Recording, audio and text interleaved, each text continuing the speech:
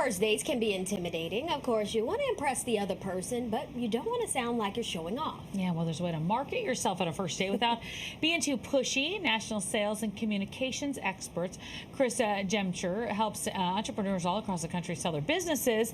She says, though, these strategies can also be pretty perfect when it comes to dating as well. Krista, nice to see you.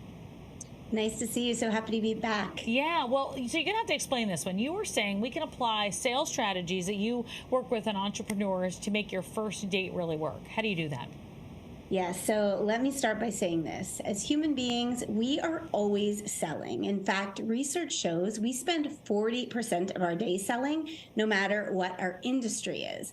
Now, does this mean selling is sleazy, slimy, pushy? It does not have to be. I used to worry about that too, right? We want to reframe it as creating connection around who you are, knowing what to say and how to say it. And I'm excited to talk about that today. All right, so let's talk about it. How do we go about making the right first impression on a date, and how do we do that while being authentic? Yes, rule number one, you've got to be yourself and you must absolutely own it. So gone are the days where we are going to be a chameleon and try to fit into what someone else wants of us. One thing I tell my clients all the time is that different is better than better.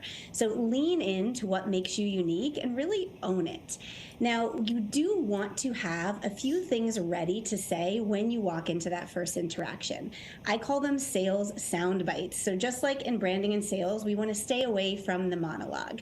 So instead of sitting down and saying, I grew up in a small town, I moved away for college, I have 3 dogs, 2 cats, a fish, I like coffee, long walks on a beach, you want to pick one thing and go deeper. So something like, I love animals, I've had a lot of pets growing up, I have a dog I'm obsessed with, and that's going to make the conversation a lot more comfortable and show who you really are. Mm-hmm. That's so true, right?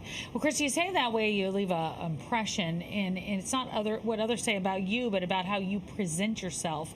And I guess it's called the silent impressions that a lot of people really remember. What are silent impressions?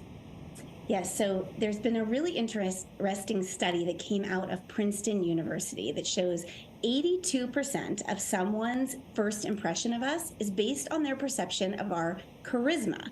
Now, charisma can feel scary, like this thing you either have or you don't, but it's actually a skill that can be learned. And the easiest way to learn it and to convey it is through nonverbals, these silent impressions. So first thing you want to pay attention to is your body language. Lean forward, hands open, palms up to show you're receiving the information. Then you want to think of your tone of voice. We want to avoid our voice going up at the end, like we're asking a question, and we want it to go down, like a statement, because that's going to show that competence. And then the easiest, lowest lift thing of all is to smile. That shows warmth. It keeps you at ease and really helps the other person feel comfortable too. All right, so you say another important thing when it comes to that first date is to reframe the goal. What do you mean by that, and what is that? Yes, we are not here to win someone over, right? We are here to see if this is going to be a mutual match. So you want to go into it with that mindset. You're there for great human connection. See if you're a match. If you are, amazing. But if not, you're still going to have fun. Be proud of yourself for being who you are, and you never know where things might lead down the road. I so agree with you. I feel like sometimes if you go out there and you act like you act like you would normally do with somebody you're not trying to impress. Right. You act like that with the person you're trying to impress. It works so much better. Chris, it's always good to see you. Thanks for joining us with these tips. Pretty close to Valentine's Day, anyway.